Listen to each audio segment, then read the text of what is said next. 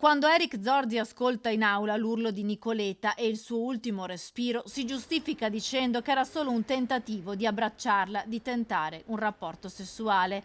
Il grido strozzato e il rantolo per lui non sono gli istanti finali della donna.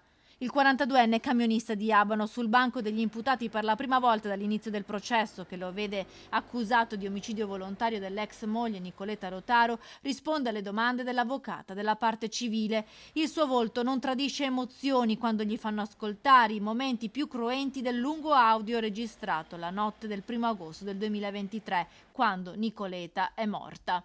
Anzi, è lui a chiedere di sentirlo, accusando che sia stato tagliato ad hoc per farlo passare da mostro. Durante la settima udienza del processo, il giudice ha deciso di ascoltare Eric Zorzi, nonostante la sua difesa si sia opposta.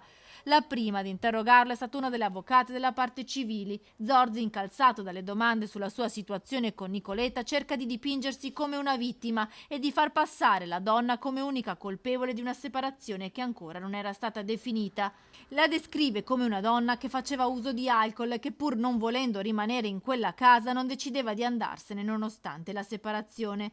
Zorzi afferma inoltre di aver assunto un sonnifero la notte del 1° agosto e per quello nell'audio farnetica insulti. Quando l'avvocato gli chiede il significato della frase "liberaci ti prego", pronunciato dopo l'ultimo respiro di Nicoletta, Eric Glaciale risponde: "Volevo sapere come voleva organizzare la separazione".